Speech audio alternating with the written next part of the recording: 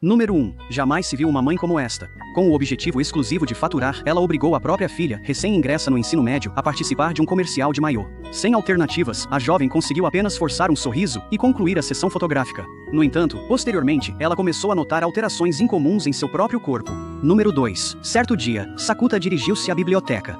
Lá, deparou-se com uma jovem trajando uma fantasia de coelhinha. Num primeiro momento, acreditou estar diante das filmagens de um longa-metragem. Contudo, ao observar os arredores, constatou que ninguém mais enxergava a garota. A presença da jovem era tão singular que Sakuta mal conseguiu desviar o olhar.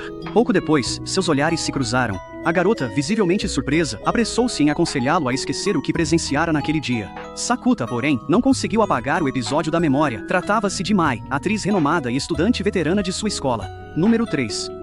No retorno da escola, Sakuta cruzou novamente com Mai, e ainda conseguiu evitar que um curioso tirasse fotos dela às escondidas. Mai agradeceu, e logo em seguida, ambos embarcaram no mesmo trem. Sakuta voltou a questionar sobre a escolha da fantasia de coelhinha. Imaginou que receberia uma bronca, mas, para sua surpresa, Mai apenas corou, visivelmente constrangida. Mai explicou que durante uma viagem a trabalho, passou a se sentir invisível. Inicialmente, supôs que estivesse sendo ignorada, mas logo percebeu que mesmo ao esbarrar em desconhecidos, ninguém sequer reagia. Por isso, optou pela fantasia de coelhinha. Queria saber quantos ainda conseguiam enxergá-la. Sakuta compreendeu prontamente o que estava acontecendo. Era um caso clássico da chamada síndrome da adolescência. Levou Mai até sua residência e, sem rodeios, tirou a camisa. Seu objetivo era mostrar a ela a cicatriz em seu peito. Tanto ele quanto sua irmã mais nova já haviam vivenciado a síndrome adolescente. A síndrome adolescente caracteriza-se por alterações incomuns no corpo, provocadas por fatores externos durante a puberdade. A invisibilidade de Mai poderia ser considerada uma das manifestações dessa condição. Número 4. Mai recordou que, ao se tornar atriz, passou a maior parte do tempo trabalhando fora de casa. Ao retornar à escola, todas as colegas se reuniam em grupos, e nenhuma demonstrava receptividade à recém-chegada Mai. Sakuta considerava que, quanto menos percebida fosse Mai, mais tênue se tornaria sua presença. No entanto, caso voltasse ao mundo artístico e à exposição pública, a invisibilidade tenderia a desaparecer. Tal sugestão, porém, atingiu um ponto delicado, levando Mai a sair abruptamente. Ao alcançá-la, Sakuta a encontrou agachada, em atitude resignada, diante da porta. Antes que Sakuta pudesse dizer qualquer coisa, o estômago de Mai resolveu se manifestar com um alto ronco. Como estava invisível, ela não conseguia comprar comida em lugar nenhum. Solidário, Sakuta ofereceu o pão que havia comprado e lhe deu abrigo temporário. Número 5. Naquela noite, Sakuta sugeriu que Mai retomasse a carreira, reaparecesse em público e assim superasse a invisibilidade. De forma inesperada, Mai lhe deu um sonoro tapa no rosto. Em seguida, ela falou sobre seu passado. Ainda no ensino fundamental, quando era uma estrela mirim, Mai foi forçada a trabalhar. Precisava usar maiôs em ensaios fotográficos. Sua mãe via nela apenas uma fonte de renda, ignorando totalmente seus sentimentos. Desde então, Mai passou a perceber que havia algo estranho com seu próprio corpo.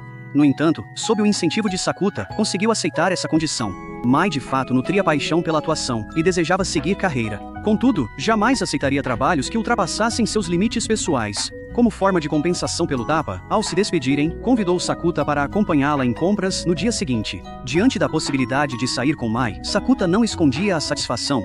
Escolheu meticulosamente o traje e partiu cedo para o encontro. Número 6. Nesse instante, ouviu o choro de uma garotinha. Ao perguntar o que havia acontecido, a menina informou de maneira direta que estava perdida. Quando Sakuta estava prestes a conduzi-la à polícia, uma jovem surgiu atrás dele e o presenteou com um chute. A jovem orientou a criança a fugir, mas ela esclareceu que o rapaz estava apenas ajudando a encontrar sua mãe.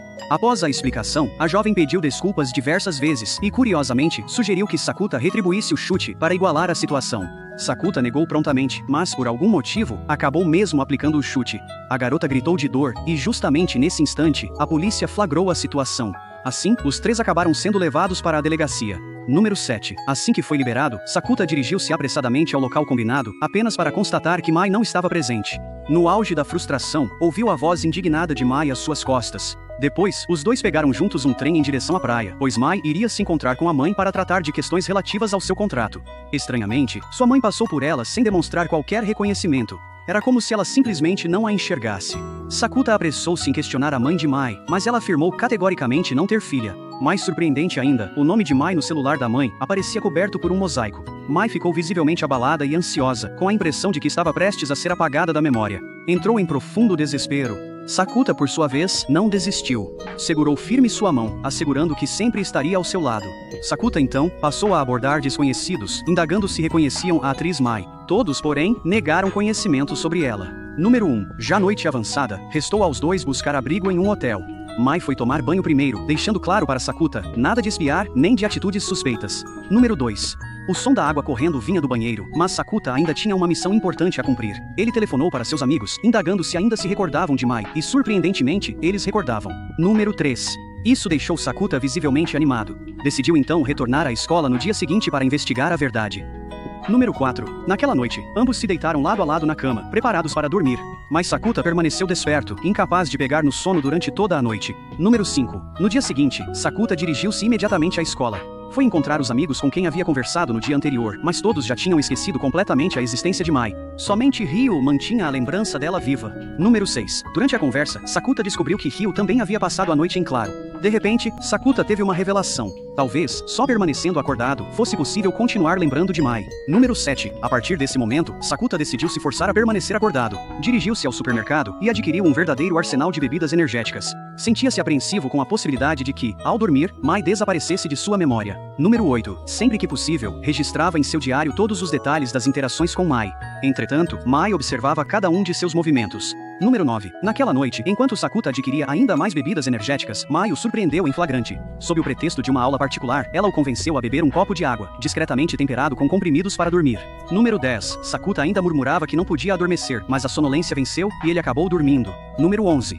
Todas as ações de Sakuta permaneceram guardadas no coração de Mai. Ela não temia ser esquecida por ele, o que realmente não suportava era vê-lo se autodestruir daquela forma. Sem dúvida.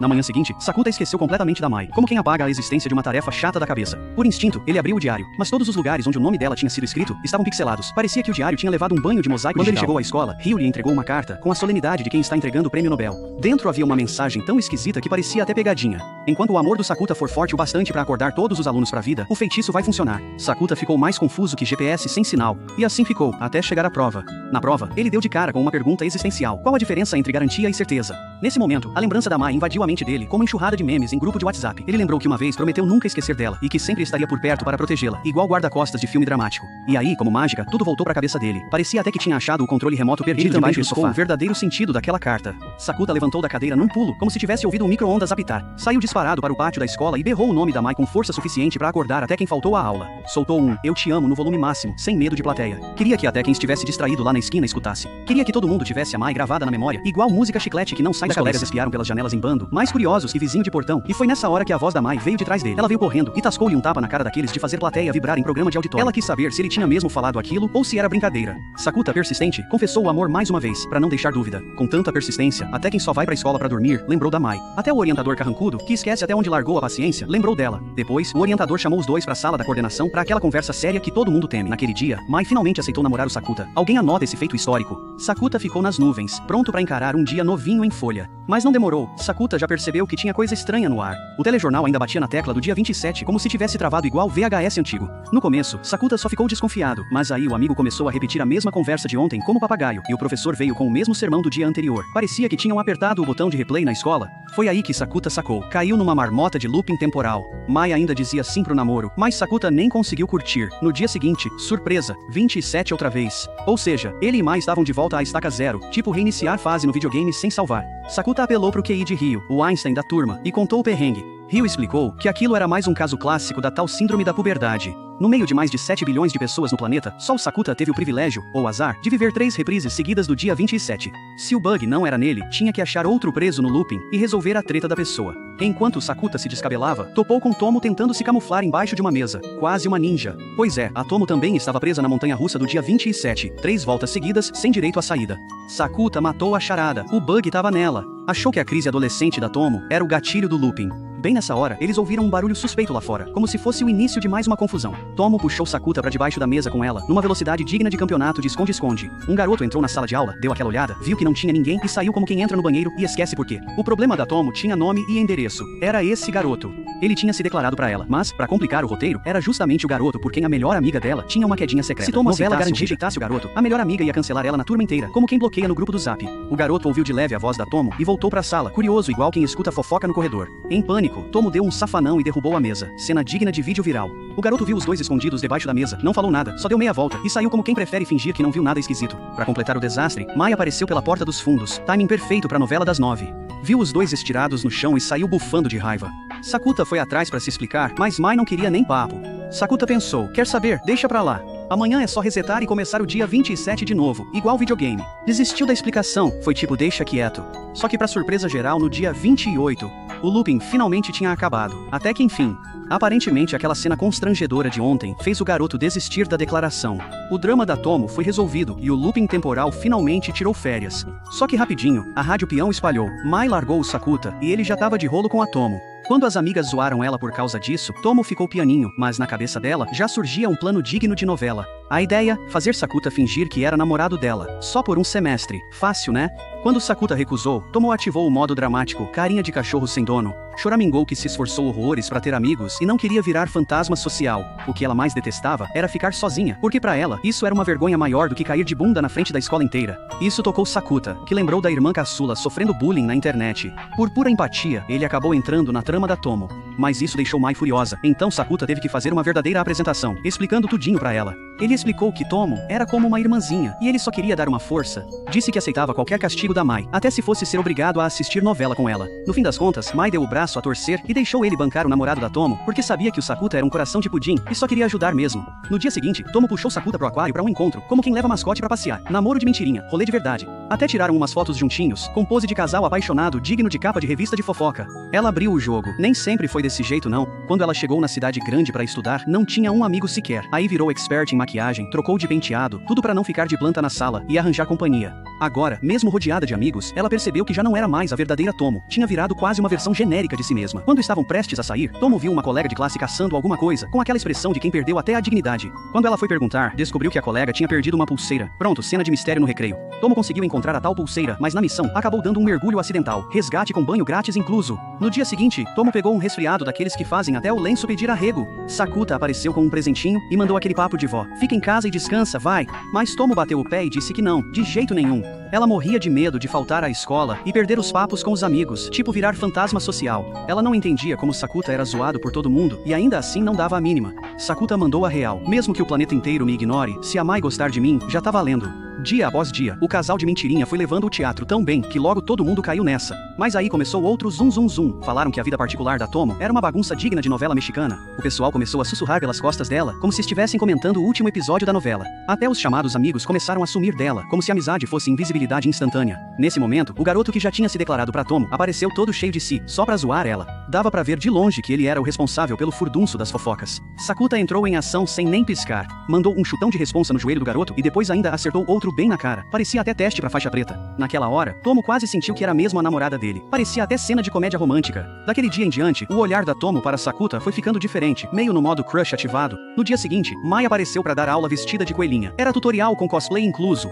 No começo, Sakuta ficou boiando, mas depois caiu a ficha. Mai tinha assistido ao show de cavalheirismo dele pela Tomo no dia anterior. Ela estava morrendo de ciúmes. Foi por isso que resolveu bancar a coelhinha. Por sorte, as férias de verão já estavam batendo na porta. E a data de validade do namoro fake estava quase vencendo.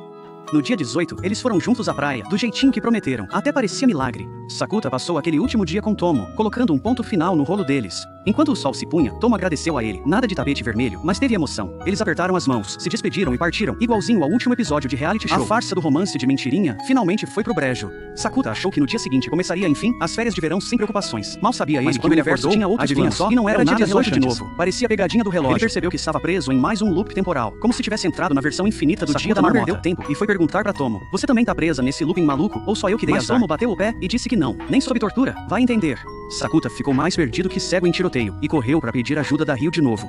Ryo analisou a situação com aquele olhar de quem resolve mistério. Só faltou uma lupa e o jaleco. Ela disse que esse looping só podia ser ativado pelo Sakuta e pela Tomo. Ou seja, não adianta se Sakuta não era gravidade, ou então a culpa só podia ser da Tomo. Elementar, meu caro. Sakuta sacou que Tomo tava mentindo, mas resolveu segurar o momento revelações para depois. Ele ficou só na plateia, em silêncio, vendo Tomo seguir com seu show digno de drama mexicano. Depois de reviver o 18 de abril tantas vezes que já dava pra abrir um álbum, Sakuta finalmente chamou Tomo na lata. Ele disse: não importa quantas vezes o tempo de replay, coração de gente não faz atualização automática. Mentira, por mais bem contada, não vira verdade. Nem com looping infinito. Sakuta fez questão de deixar claro, em letras garrafais, o quanto gostava da Mai. Disse que nunca ia trair Mai, nem que o mundo desse pirueta. Tomo não conseguiu mais segurar a onda. Chorando rios, ela escancarou: eu te amo, quase cena de final de temporada. Mas o coração do Sakuta era exclusivo da Mai, fim de papo para os concorrentes. Na manhã seguinte, Sakuta acordou de novo no dia 27, como se tivesse finalmente escapado do labirinto temporal. Mas dessa vez, Tomo cortou a confissão do rapaz sem dó nem piedade, direto e reto. Por fim, Sakuta e Mai estavam finalmente livres para viver o romance sem mais loopings ou dramas. Aleluia.